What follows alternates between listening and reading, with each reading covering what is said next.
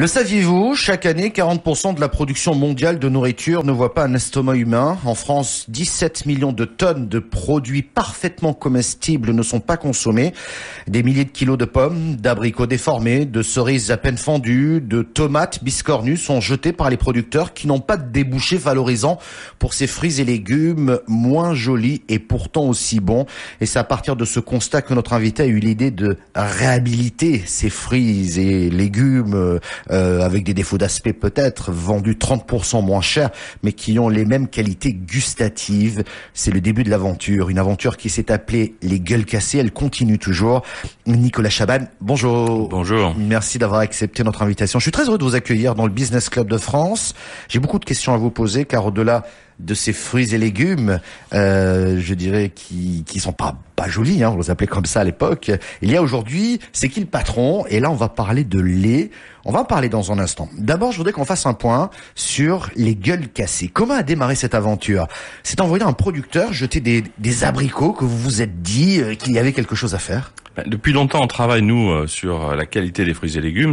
On vient de là, on est du Vaucluse et on a des très bons fruits et légumes là-bas qu'on a toujours valorisé, notamment à une époque en mettant la photo des producteurs, ça s'appelle le petit producteur, la photo sur la barquette de fraises, d'abricots. Et quand on a cette famille de producteurs qui délivrent des produits absolument géniaux, parce que gustatifs, faits en petit rendement, avec beaucoup de soins, et qu'on voit, je me rappelle, dans le Luberon, un producteur d'abricots qui jette sous son établi une partie de ses abricots tellement bons, on lui pose la question, pourquoi est-ce que tu écartes ces abricots? Et donc la réponse était simple, il savait pas quoi en faire, finalement. C'était parfaitement bon, évidemment, mais la petite tache, la forme qui est pas parfaite, les déclassait. Et donc, il y avait un risque, comme il me le disait, de voir toute une palette, parce que 2-3 étaient pas parfaitement rond ou de la bonne couleur, être écarté et renvoyé. Donc, cette peur du défaut pour le petit abricot a fait que des tonnes et des tonnes de produits étaient absolument pas commercialisés, alors qu'ils étaient évidemment aussi bons. Ouais. Mais pour les gueules cassées, il a fallu créer un réseau de distribution, j'imagine, convaincre la grande distribution de créer des espaces pour ces produits-là, mettre une logistique peut-être en place pour pouvoir les collecter et les mettre en rayon. Comment ça s'est passé? Nous, on a, depuis le début, une idée toute simple. Comme on est depuis toujours une petite et des petites structures, on n'a pas déployé de moyens par-dessus les moyens existants. On s'est dit, si une idée doit exister, il faut qu'elle soit partagée par tout le monde et à un peu plus que 10% d'intérêt pour voir ce que ça peut donner. Donc à chaque fois, les gueules cassées, c'était le cas. On s'est tourné vers les distributeurs en disant, les consommateurs montrent des signes clairs, acheter des produits aussi bons avec des petits défauts, vendus 30% moins cher pour limiter le gaspillage, il y avait quand même une équation qui fonctionnait. Les distributeurs ont tout de suite dit, c'est tout à fait dans notre métier de mettre des produits de qualité, avec des petites particularités, et en plus, accessibles moins cher. Donc ça s'est fait tout naturellement. On a évidemment un peu travaillé, mais il y a beaucoup de distributeurs qui se sont manifestés en disant on veut se joindre à ce défi collectif, limiter le gaspillage, ramener des produits avec des défauts d'aspect en rayon, et puis amener aussi des bonnes affaires, parce que c'est 30% moins cher pour les consommateurs. C'est clair. Vous en êtes où aujourd'hui avec les gueules cassées? Le concept s'est développé en France, on l'a vu, il existe toujours, il a même dépassé nos frontières, je crois. Oui, la France alors il y a des distributeurs qui aujourd'hui vendent des fruits et légumes, mais d'autres sont allés plus loin, comme Carrefour qui a développé toute une gamme, et ça c'est important, de produits hors fruits et légumes, des camemberts avec des petits défauts d'aspect. Ce qui est incroyable, c'est de voir qu'un camembert avec une forme pas parfaitement idéale, ce qu'on appelle une casquette ou une robe tourmentée, c'est-à-dire des plis sur la robe, sort du cahier des charges établi et se retrouve déclassé, fondu, voire jeté. Carrefour a dit, on les récupère, nous, on est prêts, et on a donc créé une gamme élargie, camembert, charcuterie, voilà, là, il y a de nouveaux produits qui arrivent, et c'est autant de bonnes affaires, sortis du gaspillage, qui deviennent des produits tout à fait consommables, parce qu'encore une fois, le témoignage qu'on a, c'est que rien n'est plus égal en goût qu'une tranche de charcuterie légèrement imparfaite par rapport à sa petite sœur qui, elle, était au centimètre près conforme au cahier des charges. Donc voilà, c'est tout à fait large. Vous avez raison de dire que il faut prendre conscience de ça.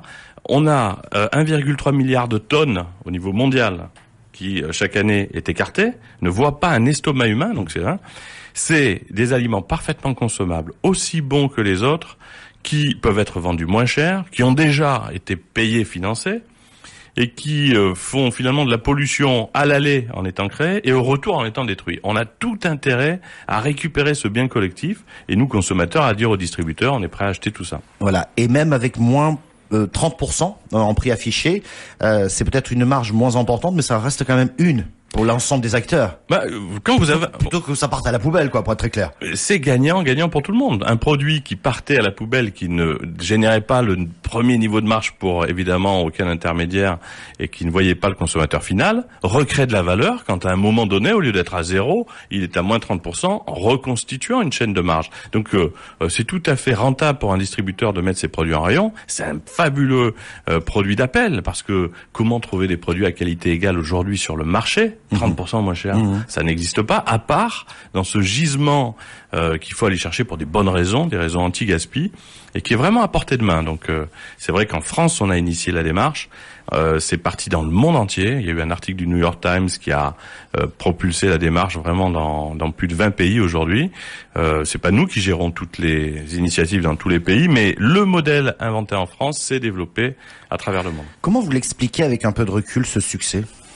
Parce que vous avez réalisé quelque chose que personne n'avait pensé ou ne voulait faire. Avant, on préférait jeter, c'était beaucoup plus simple, ça évitait de créer de nouveaux rayons en grande distribution. Comment est-ce que vous l'expliquez ? Parce que on va parler tout à l'heure du prix et de c'est qui le patron, mais là le consommateur est vraiment un acteur. Mais là, pour le coup, c'est juste un constat de produits jetés et qui aurait pu rapporter un petit peu aux producteurs.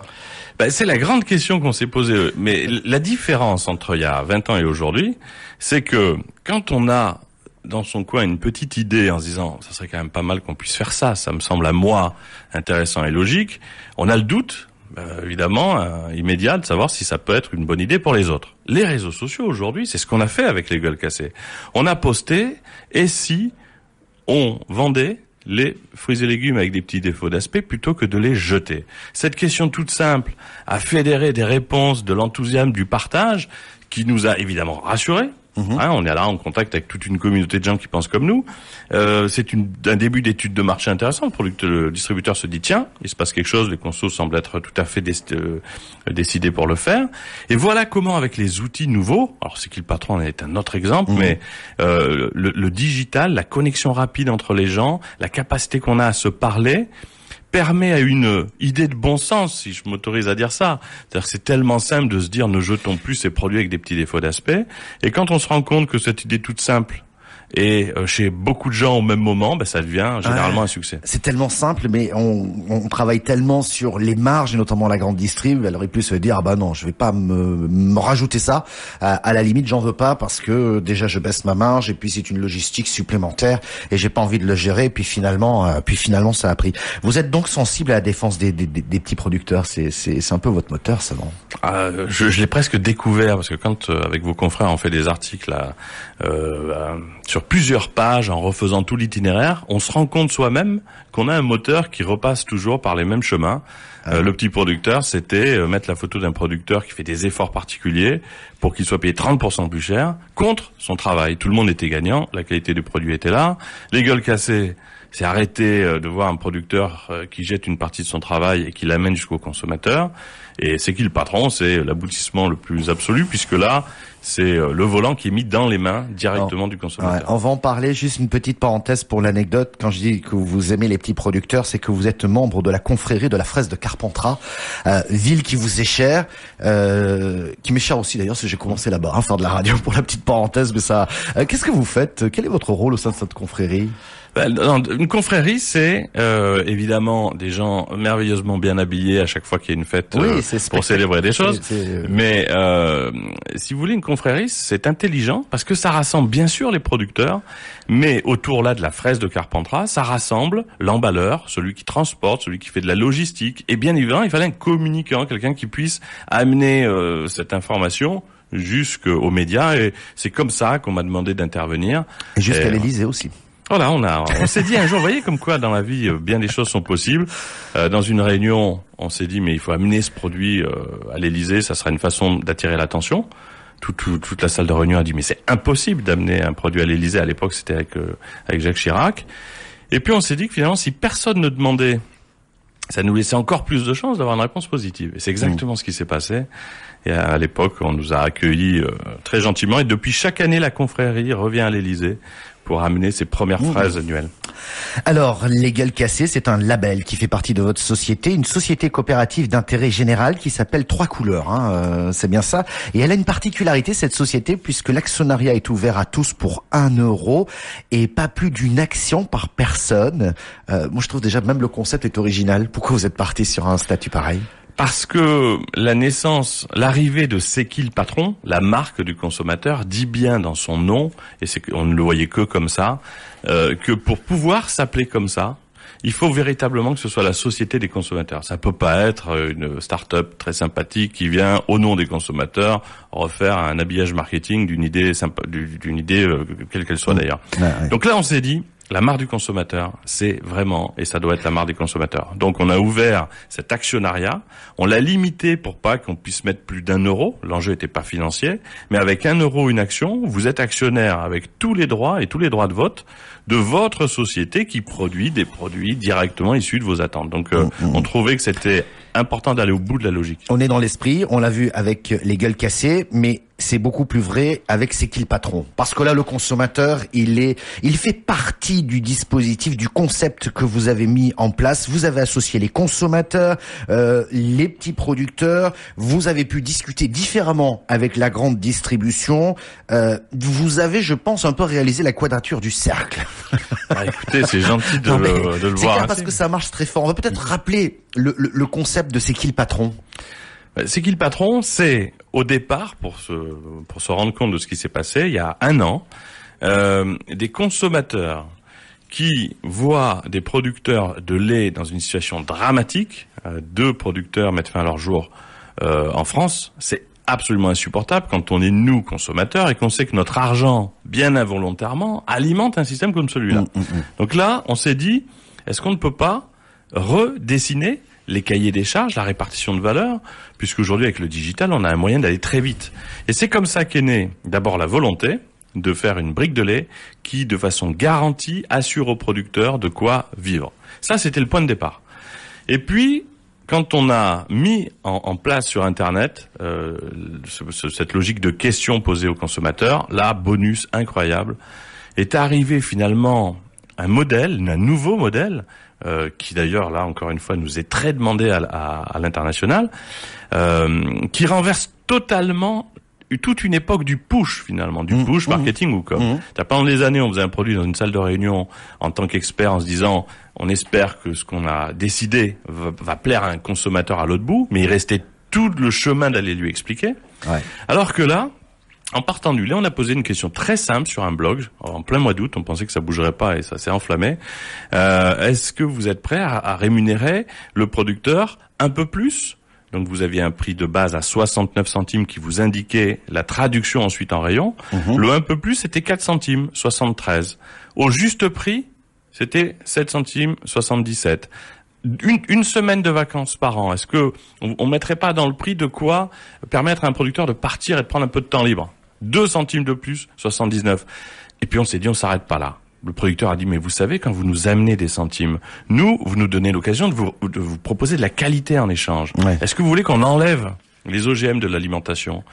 On l'a retraduit par 5 centimes, les vaches au pré, au pâturage. Donc finalement, pour la première fois dans l'histoire de l'agroalimentaire, les consommateurs qui allaient acheter le produit étaient en amont dans l'élaboration des critères du cahier des charges avec un œil directement sur le prix final. C'est ça, je pense, qui a créé le succès de C'est qui le patron. Alors nous avons je vais vous demander de prendre le casque, Nicolas Chaban. Nous avons avec nous un producteur, il s'appelle Martial Darbon. Bonjour. Merci d'être avec nous, président de la coopérative Bresse-Val-de-Saône. Vous avez entendu Nicolas Chaban à l'instant parler un petit peu du concept. Qu'est-ce que cela vous a apporté pour vous, ce label C'est qui le patron ? Nous, il y a eu un changement fondamental. Vous savez, avant de se rencontrer avec Nicolas, nous vendions notre lait à l'export en Italie et la perte était autour de 120 € la tonne de lait par jour et par personne dans les exploitations. Donc il n'y a qu'à imaginer facilement, avec quel désespoir on se levait le matin pour s'occuper de nos animaux, pour être encore un peu plus pauvre le soir et pour voilà et pour dire tenons bon.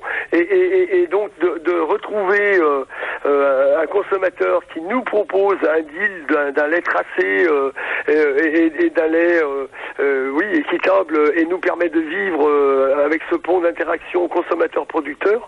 On a tous, ça a été pour nous une aubaine et une façon de retrouver le soleil. Ouais, une sacrée bouffée d'oxygène. Vous me disiez qu'avant vous vendiez à perte.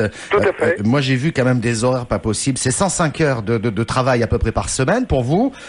Dans le meilleur des cas, 350 € par mois de revenus. Ouais. Ah ouais. Oui, non, mais attendez, c'est même plus compliqué que ça. Les 350 €, ils sont anecdotiques parce que, si vous voulez, dans une société, dans un nombre d'exploitants, vous avez effectivement des fins de carrière, des gens en croissance de carrière et des gens en démarrage de carrière. Et il y a un véritable drame sur le démarrage de carrière avec des gens qui n'y arrivent pas, qui n'arrivent pas à prendre le dessus, qui n'arrivent pas à se sortir des salaires. Vous avez une catégorie de gens au milieu qui essayent de se débattre parce qu'ils se disent que ils ont des investissements et il faut tenir. Et puis vous avez la fin de carrière qui dit je tiens bon parce que je vais aller au bout. Et donc on a une espèce de forme là anecdotique de mise sous douleur économique en permanence à cause des prix. Et là, le vrai deal de ce dossier, c'est que le consommateur propose un prix serein, une sérénité dans notre travail et permet effectivement de rendre une relation avec la société qui est complètement différente. Ouais, ce qui veut dire qu'aujourd'hui vous arrivez à vous dégager un minimum de salaire? Aujourd'hui, vous savez, les exploitations, et comme toute entreprise française, quand elle a bu le bouillon, quand elle a des difficultés, il faut qu'elle prenne du temps pour se redresser. Donc la première chose qui se fait actuellement dans la première année, j'aurais dire, c'est le redressement de la trésorerie, c'est les dettes qui se payent chez les fournisseurs et chez les assureurs, etc., etc. Et puis le deuxième temps, c'est la remise à niveau un petit peu de l'exploitation avec 2-3 investissements qui n'ont pas été faits ou qui ont été reculés, qui sont dans un état un peu délabré et qu'il faut vite refaire. Et puis effectivement les gens retrouvent le sourire parce qu'ils arrivent à tirer un salaire qui correspond, qui n'a encore rien à voir avec le montant justifié de leur travail, mais qui est en bonne voie et on sent qu'ils vont aboutir à un contact raisonnable avec le travail. Merci pour votre témoignage, Martial Darbon. Nicolas, peut-être une réaction. J'entends une pointe de dynamique, de renouveau chez Martial là. Oui, il faut vraiment signaler que ce prix avait permis de dégager 1500 € par mois à deux. C'est encore il y a beaucoup de travail à faire. C'est-à-dire que c'est pas suffisant, même on l'estime pour nous aujourd'hui. Mais entre ce que présentait Martial, perdre 120 € en se levant le matin. C'est-à-dire que là, c'est même pas se lever pour aller simplement rien gagner, ce qui est déjà terrible. On sait que s'occuper de 60-80 vaches sur son exploitation, à la fin de la journée, ça va être 120 € de moins sur son compte. Donc ça, c'était plus possible. Nous, consommateurs, on ne veut plus alimenter un système. Mais ça, on ne le savait pas. Vous avez raison. Moi, je suis surpris par le consommateur qui ont dit il faut payer un peu plus. Je crois qu'il le savait pas. Et aujourd'hui, il vous a prouvé via votre plateforme qu'il était prêt à payer plus. Voilà, vous avez tout à fait raison. La grande nouveauté, et je vais vous donner une autre info, on ne sait pas qu'il y a le même drame pour les producteurs de viande bovine en France. Il y a une forme de pudeur, il y a, je sais pas comment appeler ça, mais nous consommateurs, on n'avait pas cette information. Parce que si on intègre cette information, cet argent qu'on donne pour payer notre alimentation, on n'a pas envie qu'il serve à alimenter un système qui à l'autre bout détruit de la valeur pour le producteur. C'est clair. Donc c'est finalement cette première information qui devient un élément de réflexion.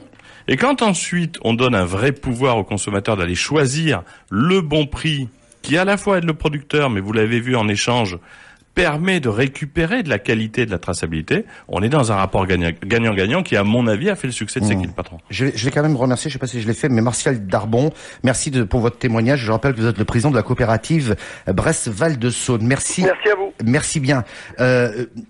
En chiffres, aujourd'hui, c'est quoi? C'est plus de 8000 magasins distributeurs de ce lait. C'est qui le patron? Depuis ce matin, avec l'arrivée des magasins Monoprix, c'est plus de 9000 maintenant magasins. Ouais. Ce qui est évidemment incroyable, encore une fois. On est, nous, spectateurs complètement étonnés et ébahis de ce qui se passe. Vous vous rendez compte, en moins d'1 an, 9000 points de vente se connectent à une offre qui vend des produits créés par les consommateurs.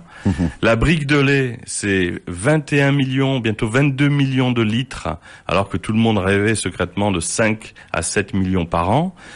C'est le produit, ça c'est intéressant je trouve. C'est vos confrères du Figaro qui avaient permis de découvrir ça. Mais c'est le produit le plus vendu depuis 30 ans en tant que nouvelle marque. C'est-à-dire que, avec ce monde qui change, un produit comme celui-là, créé par des consommateurs, sans bureau, sans même de société au départ, parce que c'était les Gueules Cassées qui hébergeaient le lancement. Sans pub ni grande opération marketing. Sans commerciaux dans les magasins, voilà, et capable d'avoir des résultats absolument incroyables. Donc c'est porteur d'espoir pour la suite. Ouais. J'aimerais qu'on parle de vos projets. Depuis que je vous ai rencontré, Nicolas Chaban, je dois le dire à nos auditeurs, c'était lors des trophées PME Bougeons-nous, organisés par RMC, radio du même groupe, en 2014. Et vous étiez une jeune pousse à l'époque, et c'est assez remarquable. Depuis 2014, donc tout ça est allé assez vite, finalement, les Gueules Cassées. Aujourd'hui, c'est qui le patron? J'imagine que le concept même de c'est qui le patron, vous allez le décliner aussi. Il est d'autres produits. Il est fait pour être décliné parce que après le lait, on a eu 100 appels entrants qui ont permis de créer un jus de pomme avec un gros soutien aux producteurs qui sont en difficulté, une pizza, ça c'était les consommateurs qui voulaient savoir ce qu'il y avait dans un produit transformé. D'où vient ce fromage que je mange, cette tomate, c'est quand même dingue de manger des produits dont on ne sait absolument rien. Et puis là, il y a plus de 20 produits. Il y a un partenariat qui s'est créé avec la quotidienne sur France 5 qui va permettre de créer encore plus de produits en donnant des informations. Et je pense très sincèrement, avec les contacts que nous avons, les demandes, même à l'international, il y a 3 pays qui vont se lancer là dans les 3 prochains mois. Je crois qu'on a inventé, les consommateurs français ont inventé en France là une nouvelle façon de construire un produit, créer un produit. En inversant le système du push et en mettant les consommateurs en amont de l'arrivée du produit.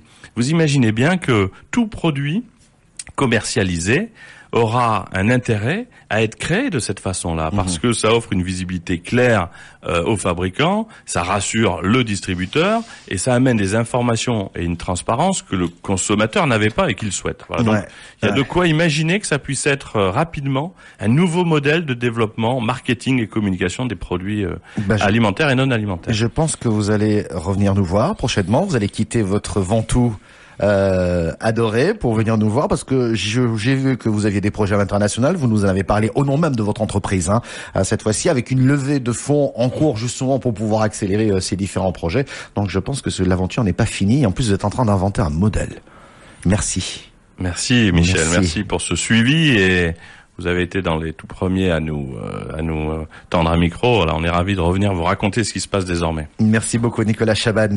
À très bientôt. Dans un instant, on ouvre la boîte à outils pour créer, développer ou reprendre une entreprise. À tout de suite.